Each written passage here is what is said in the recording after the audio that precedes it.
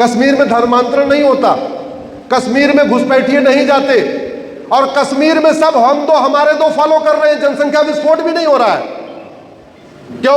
क्योंकि कश्मीर वाला टारगेट पूरा हो गया।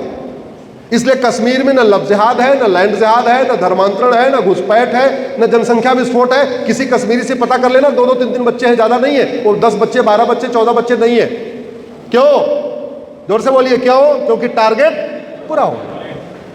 ये जितनी समस्या चल रही है वो 800 जिलों में से 600 जिलों में चल रही है, क्योंकि 600 जिलों के अभी डेमोग्राफी ठीक ठाक चल रही है। तो जब तक, अच्छा, छांगुर जलालुद्दीन 2 से 3 लाख रुपए बच्चा पैदा करने पे देता है। तो मतलब अगर 10 बच्चे पैदा कर लिए तो छांगुर जलालुद्दीन कितना देगा? 25 लाख देगा। 20 बच्चा पैदा कर लिए, छांगुर जलालुद्दीन कितना देगा? 50 लाख देगा। ये भारत में बच्चा पैदा करने पे भी इंसेंटिव पैसा बांटा जा रहा है, लव जिहाद पे पैसा बांटा जा रहा है, लैंड जिहाद पे पैसा बांटा जा रहा है, धर्मांतरण पे पैसा बट रहा है, घुसपैठियों को बसाने पे पैसा बट रहा है, जनसंख्या विस्फोट पे पैसा बट रहा है। और पैसा कहां से आता है? FCRA के जरिए। हमारे पूर्वज क्या कहते थे? न रहेगा बांस, जोर से बोलिए जरा, न रहेगा बांस। ये बांसुरी कैसे बज रही है? ये कानून खत्म करो, फंडिंग बंद, फंडिंग बंद, आधी समस्या खत्म।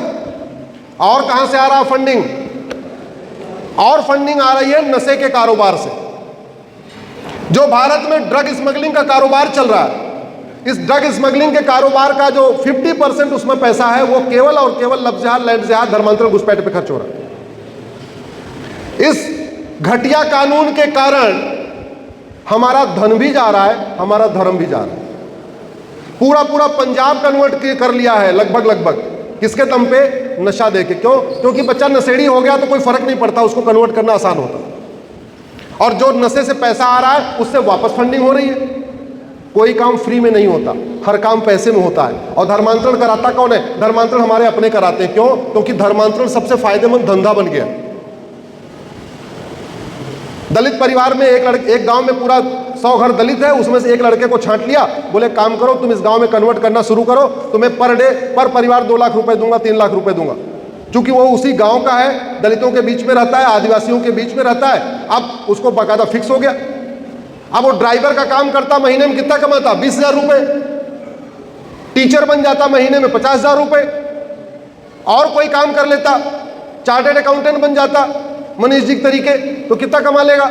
4-5 लाख रुपए, इतना ही कमाएगा ना। धर्मांतरण का धंधा शुरू करने के बाद 25 लाख रुपए आराम से महीने में कमा सकता है, क्योंकि महीने में 4-5 परिवार को कन्वर्ट करना आसान है। तो ये धंधा जो चल रहा है कैसे रुकेगा? गैस कैसे बुझती है? गैस कैसे बंद होती है? क्या करना पड़ता है? अगर नॉब नहीं घुमाएंगे और मुंह से फू फू करेंगे तो मुंह जल जाएगा, गैस बंद नहीं होगी। गैस बंद करने का तरीका, मुंह से फूंक मत मारिए, बल्कि नॉब घुमा दीजिए, सप्लाई काट दीजिए, गैस बंद। या अंदर से जो हवाला की फंडिंग हो रही है, अंदर से जो ब्लैक मनी से फंडिंग हो रही है, अंदर से जो बाहर से जो FCRA से फंडिंग हो रही है, ये जब तक बंद नहीं होगा तब तक धर्मांतरण बंद नहीं होगा। और एक बात मैं बता दे रहा हूं, पर डे 1000 बेटियां लव जिहाद का शिकार हो रही हैं। पर डे 1500 हिंदू परिवारों का धर्मांतरण हो रहा है। 1500 हिंदू परिवार का मतलब एक परिवार में 6 आदमी मान के चलिए, 7 आदमी मान के चलिए, तो पर डे 10,000 हिंदुओं का धर्मांतरण हो रहा है। 5 करोड़ घुसपैठिए आके भारत में पहले से ही बैठे हुए हैं। उसमें सबसे ज्यादा बांग्लादेशी हैं, उसके बाद रोहिंग्या हैं, उसके बाद पाकिस्तानी है, उसके बाद अफगानिस्तानी। ये मेरे आंकड़े हैं, सुप्रीम कोर्ट मैंने दिए हुए हैं। 5 करोड़ आके भारत में बैठे हुए। अभी आपने देखा होगा ना, बिहार में SIR हुआ, 65 लाख वोट कम हुए हैं। कितने? जोर से बोलिए जरा। एक राज्य में कितनी वोट कम हुई? इसलिए मैंने एक PIL फाइल किया। केवल बिहार में SIR नहीं होनी चाहिए, पूरे देश में SIR होनी चाहिए, रेगुलर टाइम पे होनी चाहिए। और आपको बताते हुए खुशी हो रही है, माननीय सुप्रीम कोर्ट ने सारे राज्य सरकारों को नोटिस जारी किया, इलेक्शन कमीशन को नोटिस जारी किया, और इलेक्शन कमीशन ने कह दिया है हाँ बिहार वाला कर ले रहा हूं, उसके बाद पूरे राज्य में मैं SIR करूंगा। तो आपके राजस्थान में भी SIR होगा। 90,000 बच्चे रोज पैदा हो रहे हैं। 90,000 90,000 का मतलब होता है साल में 3.25 करोड़। यहाँ पे बहुत सारे सामाजिक कार्य करने वाले लोग भी बैठे हुए हैं। एक बात याद रखना, जनसंख्या विस्फोट के बिना भारत में गरीबी खत्म करना मुश्किल ही नहीं, नामुमकिन है। मैं लिख के दे रहा हूं, ये कड़वा सच है। भारत की जनसंख्या जब 40 करोड़ थी तो भारत में 4 करोड़ गरीब थे। कितने परसेंट हो गए सीए साहब, कितने परसेंट हुए? 10%। आज भारत की जनसंख्या 150 करोड़ है और 83 करोड़ लोगों को राशन पानी देना पड़ रहा है। कितने परसेंट हो गए? 65%। गरीबी बढ़ रही है कि घट रही? जोर से बोलिए जरा। सरकार 5 साल में ज्यादा से ज्यादा 2 करोड़ घर बना पाती है, वो भी वर्तमान सरकार। इसके पहले वाली तो केवल कागज पर घर बनाती थी। मोदी जी 2014 के बाद से लगभग साल में कितना घर बना रहे हैं? 5 साल में कितना? सरकार जब तक 2 करोड़ घर बनाती है, 10 करोड़ बेघर तैयार हो जाते हैं, तो घर पूर्ति हो पाएगी क्या? जोर से बोलिए।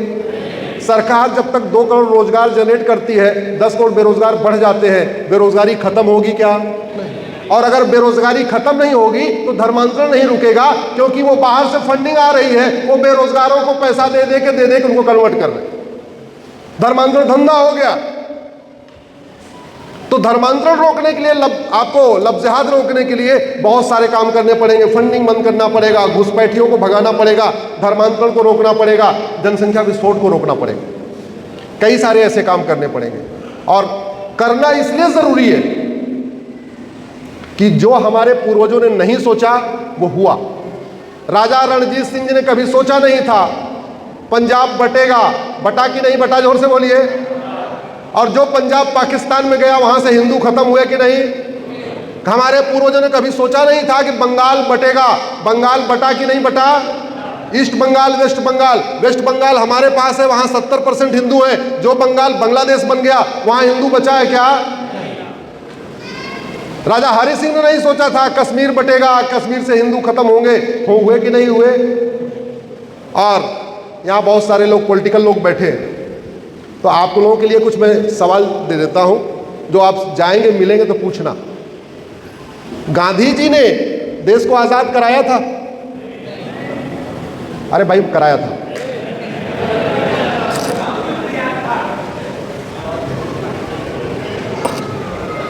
गांधी जी ने पूरा देश आजाद कराया। तो गांधी जयंती केवल भारत में क्यों मनाई जाती है? पाकिस्तान और बांग्लादेश में क्यों नहीं मनाई जाती? मनाना चाहिए कि नहीं मनाना चाहिए? मनाते हैं क्या? भगत सिंह जी को तो फांसी वहीं हुई थी। भगत सिंह जी के जयंती और पुण्यतिथि वहां मनाते हैं क्या? नहीं। ये गांधीवाद, ये समाजवाद, ये अंबेडकरवाद, ये फलानावाद, ये सब कहां चल रहा है? भारत में। अगर वर्तमान भारत में जाट है तो आपको लग रहा है कि उधर जाट नहीं थे क्या? थे। कहां गए? भारत के सभी ब्राह्मण बताएं कि अफगानिस्तान, पाकिस्तान, बांग्लादेश के ब्राह्मण कहां चले गए? भारत के सभी ठाकुर बताएं कि पाकिस्तान, अफगानिस्तान, बांग्लादेश, मालदीव के सारे ठाकुर कहां चले गए? भारत के सारे दलित नेता बताएं कि पाकिस्तान, अफगानिस्तान, बांग्लादेश के सारे दलित कहां चले गए? भारत के सारे जाट गुजर बताएं कि पाकिस्तान वाले जाट गुजर कहां चले गए? उनको धरती निगल गई, आसमान उठा ले गए। भाई जितने हिंदू इधर उतने हिंदू उधर, तो हिंदुओं का रेशियो उधर खत्म, हिंदू वहां खत्म क्यों हो गए? क्या हिंदुओं के बेटे नपुंसक थे क्या? जोर से बोलिए जरा। तो हिंदू खत्म क्यों हुए? क्या हिंदुओं की लड़कियां बाज थी क्या? नहीं। तो फिर बेटियां कहां गई? वहां हिंदू खत्म क्यों हुए? जब तक इन विषयों पे आप लोग सार्वजनिक रूप से लिखेंगे नहीं, बोलेंगे नहीं, सोचेंगे नहीं और खुल के नहीं बोलेंगे। जैसे गुरुदेव सत्यवादी, अस्पष्टवादी, सच बोलते हैं, मुखर होके बोलते, प्रखर होके बोलते। तो अपने गुरुदेव से सीखिए, जो बोलना है तो सच बोलना है। और अंत में फिर वही बात, भगवान कृष्ण ने कहा अर्जुन दुविधा मत करो, तुम्हारा काम है धर्म की रक्षा करना, और जो धर्म के साथ नहीं है वो क्या है? अधर्मी। तो अब ये कहना पड़ेगा जो जो धर्म के साथ नहीं है वो क्या है? अधर्मी। वो हमारा अपना हो, हमारा कोई जानने वाला हो, हमारे परिवार का हो, लेकिन अगर वो धर्म के साथ नहीं खड़ा है, सनातन धर्म के साथ नहीं खड़ा है, तो वो अधर्मी है। और अधर्मी का इलाज करना ये हमारा कर्म है। एक बात जो मैं बार बार कहता हूं, एक कार्य जो नहीं हो रहा है, जो हमें करने की जरूरत है गुरुदेव। हमारे पास 2 लाख से ज्यादा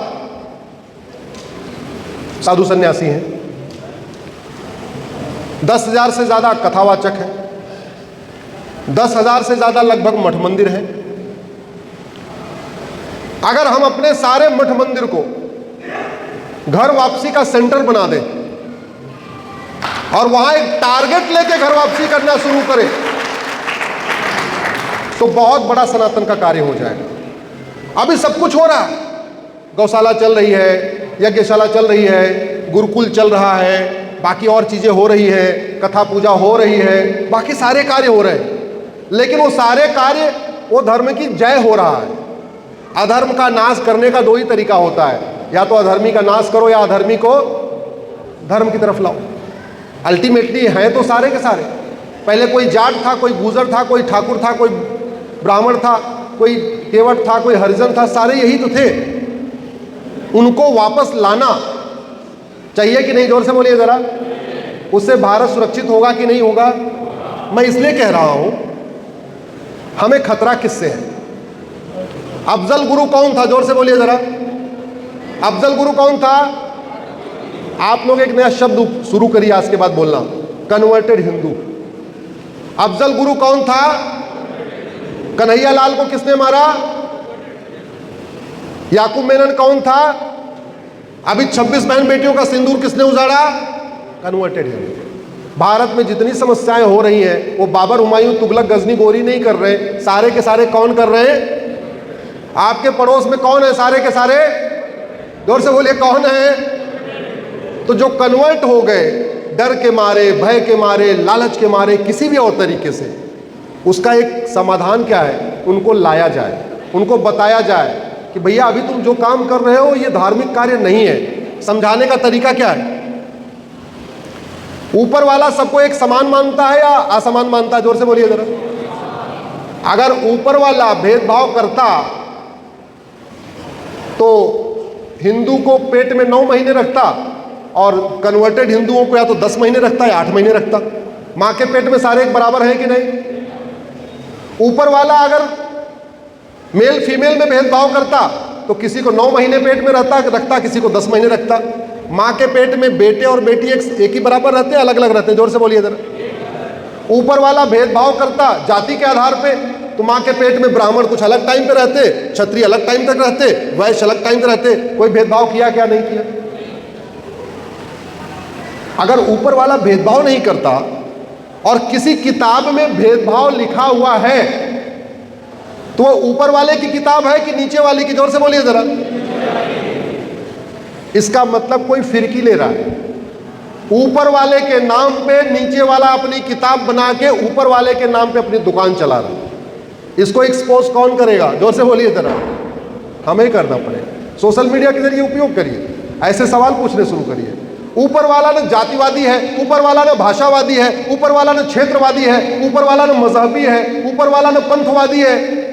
ये सारा खेल कौन कर रहा है? नीचे वाले। और किसके नाम पे कर रहे?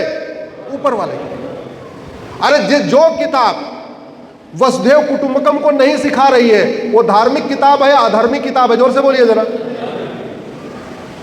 जिस किताब में जो किताब आतंकवाद फैलाती हो, जिहाद फैलाती हो, मजहबी उन्माद फैलाती हो, हत्या को जायज बताती हो, झूठ को जायज बताती हो, अपराध को करती हो, वो धार्मिक किताब हो सकती है क्या? जोर से बोलिए जरा।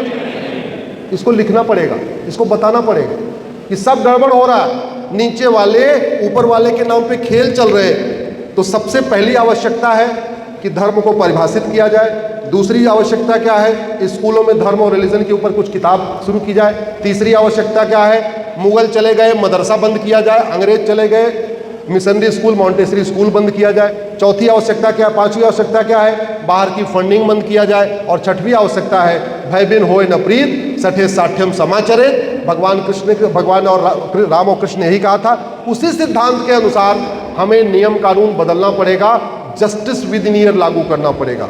कानून का खौफ, शिक्षा में संस्कार होगा, कानून का खौफ होगा, लफ्ज़ जिहाद रुकेगा। शिक्षा में संस्कार होगा, कानून का खौफ होगा, धर्मांतरण रुकेगा। शिक्षा में संस्कार होगा, कानून का खौफ होगा, घुसपैठिए भागेंगे। शिक्षा में संस्कार होगा, कानून का खौफ होगा, तो सनातन विरोधी चीज़ें धीरे धीरे खत्म हो जाएंगी। और ये बात केवल हमारे लिए नहीं है, ये मानवता के लिए एक बहुत बड़ा खतरा है। इसलिए सनातन धर्म ही मानव धर्म है। Hinduism is the religion of humanity. इसलिए हिंदुत्व का प्रचार प्रसार करना हम लोगों का कार्य है, लेकिन हम लोगों की एक लिमिट है। ये ज़्यादा फास्ट काम होगा विधानसभा और संसद के माध्यम से। इसलिए अपने अपने सांसद विधायक को पकड़िए। अगर आप सौभाग्यशाली है, आपका सांसद आपकी विचार को सुनता है, बहुत अच्छी बात है। अगर आप ऐसे इतने सौभाग्यशाली नहीं है कि आपका विधायक थोड़ा गड़बड़ है, नहीं मानता, कोई बात नहीं, किसी और विधायक को पकड़िए। सांसद विधायक में कोई न कोई एक ऐसा होगा जो आपकी बात मान लेगा, सुनेगा, लेकिन समाधान इसका वहीं होगा। हमारा काम है डॉक्टर वाला। आप जाते हैं डॉक्टर के पास, आपसे बीमारी पूछता है, बीमारी पूछने के बाद पर्चा लिख देता है कि भैया ये 5 दवाई खानी पड़ेगी। डॉक्टर दवाई बना के देता है क्या? जोर से बोलिए ज़रा। आपको फिर पर्चा लेके कहाँ जाना होता है? Medical store. तो मैंने आपको पर्चा बना दिया, मेडिकल स्टोर पे जाइए।